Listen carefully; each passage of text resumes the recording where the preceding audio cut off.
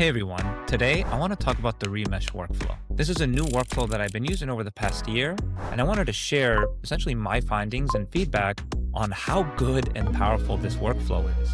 This workflow is so powerful, it almost feels like cheating, especially from someone like me who absolutely loves topology. So let's jump right into it. Jumping into Blender here, you can see that I have a few different models. One being our low poly hero version that all the texturing is going to happen on. Then you can see this guy. It's not a material. This is actually the density of the mesh, which is where the remesh comes in. This remesh workflow is primarily used for high to low baking. So think about using this specifically for game-ready assets. Now, the reason that I want to talk about it is I've talked about high and low poly a whole bunch on my channel. And my typical workflow involves creating the low poly and then the high poly using traditional sub-D workflows. Now, the challenge with this is that it just takes a long time, right? You are creating two versions of the model. So we have the low poly that's triangulated and ready to go, that's fully unwrapped, and then we have the high poly that's all quads, has Subdivision Modifier on it, and is ready to be baked down to the low poly. As you can see, if I select all of these models here on the high poly and then turn on viewport visibility to kind of show the subdivision surface, you can see how good this looks.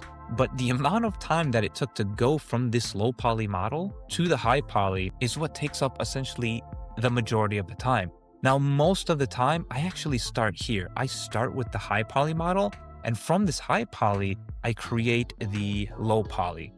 Now, where remesh feels like cheating is that all you need to do is create this single model here, and then you can apply the remesh workflow to it to create your high poly. So you don't have to create perfectly clean sub-D ready topology. In fact, you're creating the two models all at once. So with that high level intro, let's talk about kind of the pros and cons of this. The pros, as I said, is you model once and you get the two models, which is ideal when it comes to creating game-ready assets. Because of that, it just makes the entire workflow a lot faster.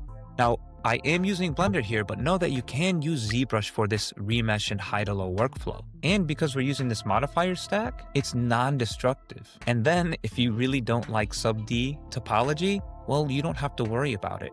One of the pros is that you don't need perfect topology, and we can use things like creasing to hold the form for the subdivision, which we'll talk about in a second. Now, before jumping into this in detail, the cons here is that this is super hardware intensive. This single model, as you can see, is incredibly dense. And I've actually applied a Decimate here, and this Decimate is only using about 20% of the original poly count. So this entire remesh gun is about 23 million triangles.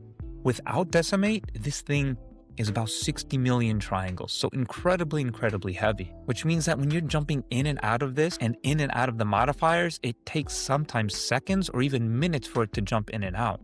And especially when I'm loading the scene for the first time, can take minutes, if not over 5 minutes, just to open the scene. So this is a hardware intensive scene, which means that you're gonna need a decent CPU, you're gonna need a decent amount of RAM, and a good graphics card to be able to run this.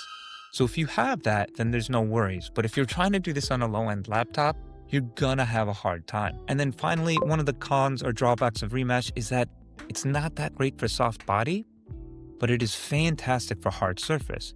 So you want to make sure just kind of primarily focus on using this technique for hard surface objects, which is exactly why you'll see kind of the grip of the gun here using just traditional sub-D modeling.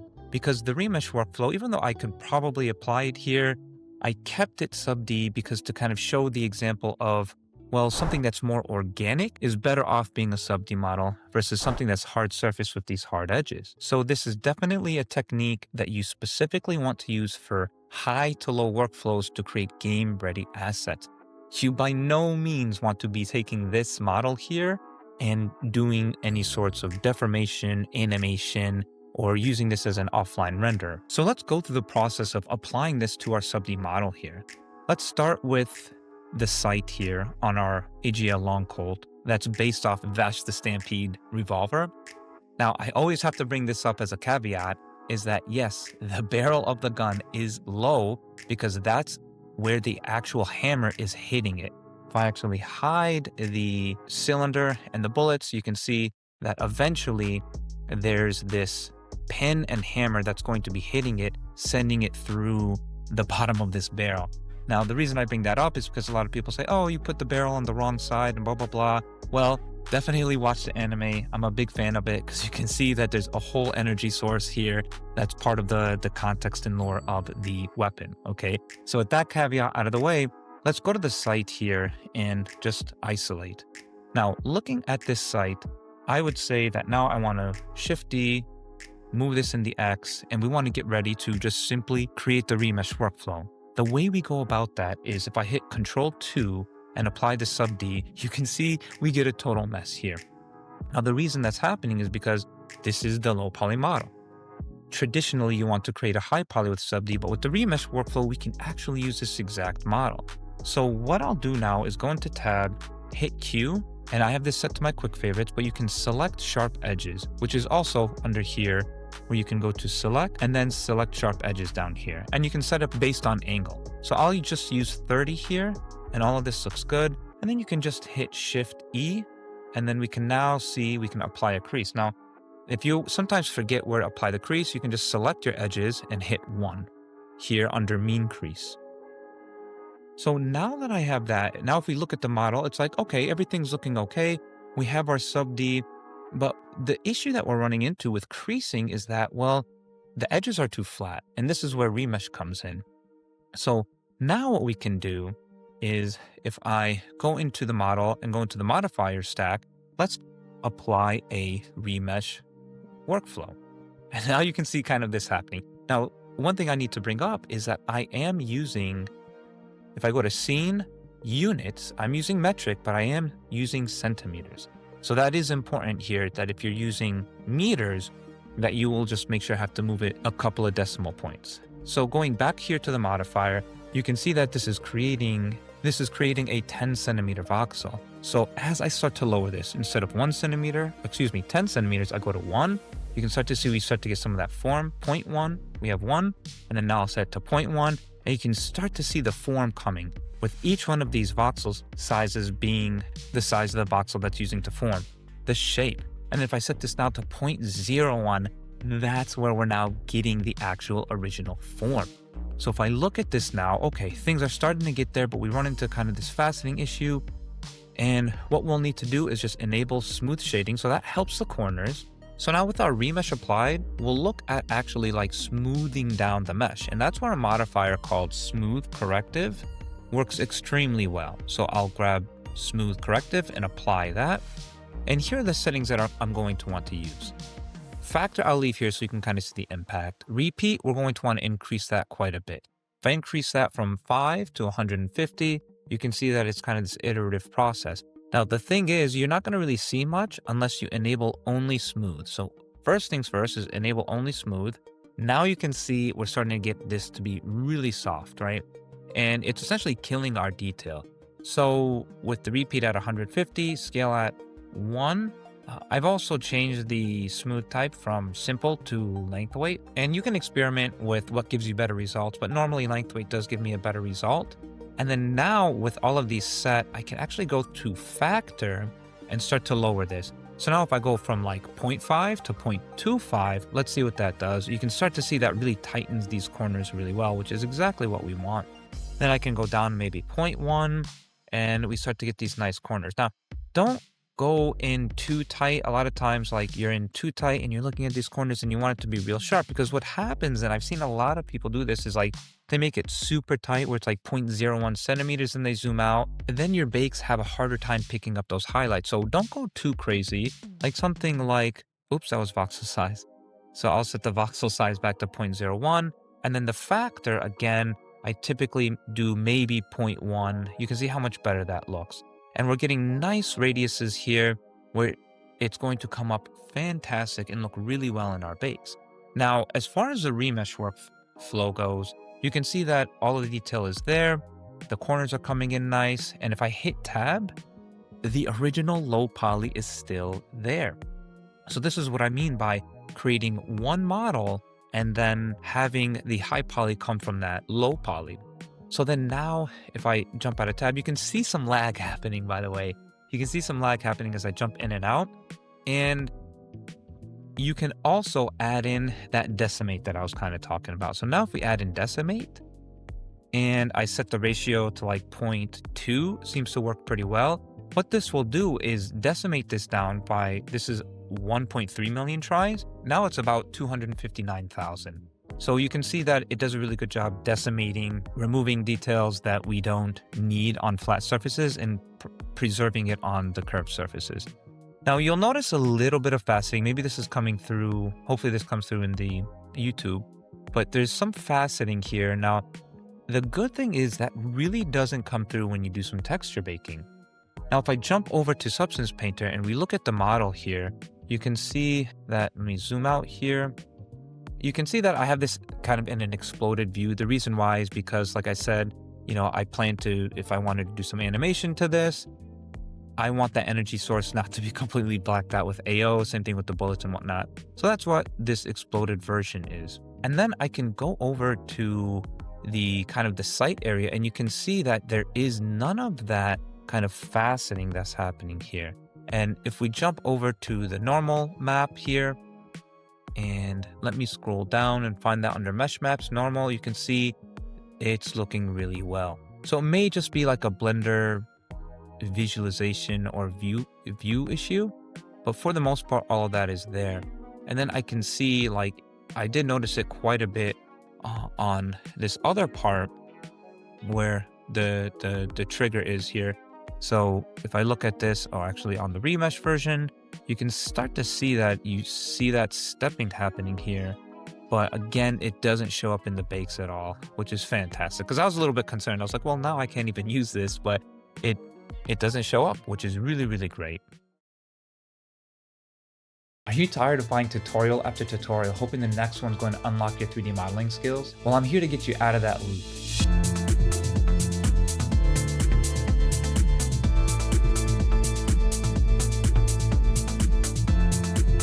I'm Anwar Mohammed, and I'm currently working as a 3D artist and technical artist at Epic Games. Let's talk about how to create panels for your 3D models. The one thing that kind of excites me the most is letting the sub-D do the work. The distribution of edges is same throughout the entire model. And this is going to show you where you have these non-planar faces.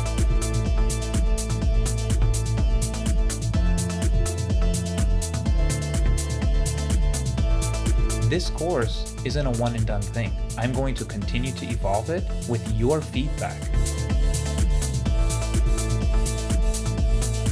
So ready to finally take your skills to the next level? Enroll now and I'll see you there.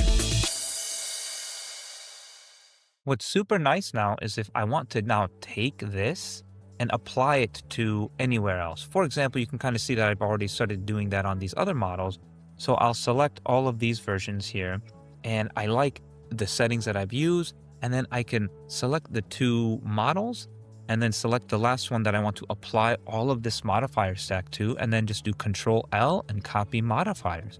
And give it a second, right? Because it has to think remesh, decimate, smooth corrective, and everything on multiple assets. But bam, there you go. You do need to make sure that your creases are all set from your low poly. Like, that is the most important thing. And then you can see, actually, I hit tab, I'm getting out of edit mode. And so there's this lag that happens, maybe a 5 to 10 second lag, depending on how dense the model is. But there you go. You can start to see how I can now apply this to the rest of the model. Then what's even cooler about this is now I can go in here, because it's non-destructive, I can say, you know what? Now I need to add in more details, or I want to change the model up late in the pipeline. I can select this edge loop, bevel this, go in, maybe inset, extrude. So now we're adding in all that detail, and guess what? This is now in my low poly, and if I hit tab, it is now in my remeshed version, which makes it absolutely just a efficiency powerhouse to be able to just have this high poly and low poly version of the model, which again almost feels like cheating. You do also need to make sure that your models are at least either quads, tris, but not n-gons. If you leave like really open faces, that will cause a lot of potential issues with how the creasing works. So just to emphasize that, like for example, like this model, part of the model here, you can see it's composed of all sorts of triangles and whatnot. But if I left these as open faces and n-gons, the subdivision will have a very, very hard time subdividing this. So do make sure, like at worst case, just add some triangles, and then eventually the sub D and the creasing will do the heavy lifting, and then the remesh will do everything that you need to create the high poly. And now you can see kind of how long this is taking. So Blender is locking up here, but eventually it comes back and does its thing. Now, I do think that it's taking a little bit of extra time because I have that Decimate. So the Decimate thing is like a pick your poison thing. It gives you better real-time performance, meaning like I have 20 or so million triangles, but it has to decimate. So if you're jumping in and out of tab mode, maybe turn off the Decimate. And then when you're done, you can turn that back on. But again, you're going to have to do some waiting there. Now, one of the last things I wanted to cover is what happens when you have a model that you really need like this fine detail in here, but you don't have enough voxels. And that's where you can kind of play around with some scale. For example, if I go here now, and let me see if I do a smooth subdivision, you can see that I have my creases all set up and ready to go, which looks nice. Now, what I will do is actually Control A and apply this scale so you can kind of see what's happening. Normally, you ideally want your scale to be at 1. But if I now grab this version and copy like my subdivision cube here or my modifier stack cube here and hit Control L, copy modifiers, and there it goes. Now, let's take a look at what's happening here. The difference between this is that you can see that I'm losing these ridges, these hard corners here. It's just not getting hard enough, right? It's just the corners are just too soft. So, you know, I can play with different settings, but sometimes you're just at the mercy of like the amount of voxels that you have. Like I can go 0.1. It starts to give me kind of what I want, maybe even like 0.01. But then that starts to make, you know, give us some issues here and maybe some potential faceting. So what you can do is if I like leave this at 0.2, so let me just turn off the viewport visibility on everything. What I'll do is scale this up to 2. Okay, and then I will apply that scale. Then I'll come back down and put this back at 0.5, right? So I'm just doubling, then halving, which is bringing it back down to 1. Or I should say its original size, but leave that scale there. Now, what I can do is select this version of the model, select the remesh that I want to apply, press Control L, and then copy modifiers, and then wait. Let it think and do its thing. But now, because I have this half scale here, this is giving me more voxels, essentially doubling the amount of voxels, which again, you have to be careful. This could be potentially like dangerous if you're not using the Decimate here, because now if I actually turn off the Decimate and again let it think, and then I go here and I turn off the Decimate, you can see how much more voxels we're getting. So here, oh yeah, so I kind of forgot, like this is already set to half. This one was also set to half. So what I can do is just apply the scale so you can actually see it. See, it just changed.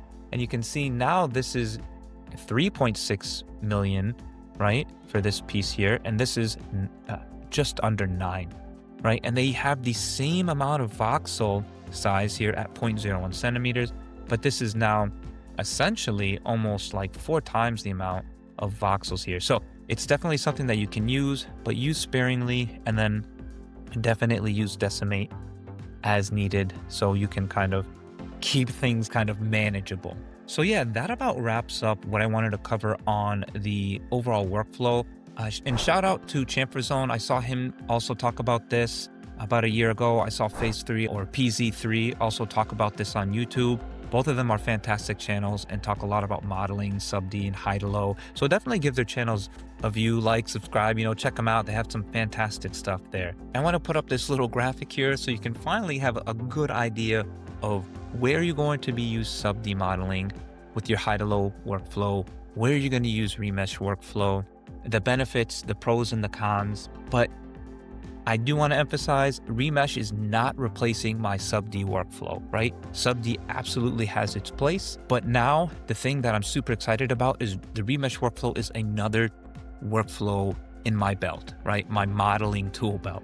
So it's just something that works amazingly for these hard surface game-ready assets, especially like weapons, right? So that can't be understated. When again, I started using this and I just used my low poly plus creasing and plus the remesh, I honestly felt a little bit dirty, but I was like, man, it just works so good. And I wanted to make sure to share that on my channel to all the people that watch it. And hopefully you found as much benefit as I did.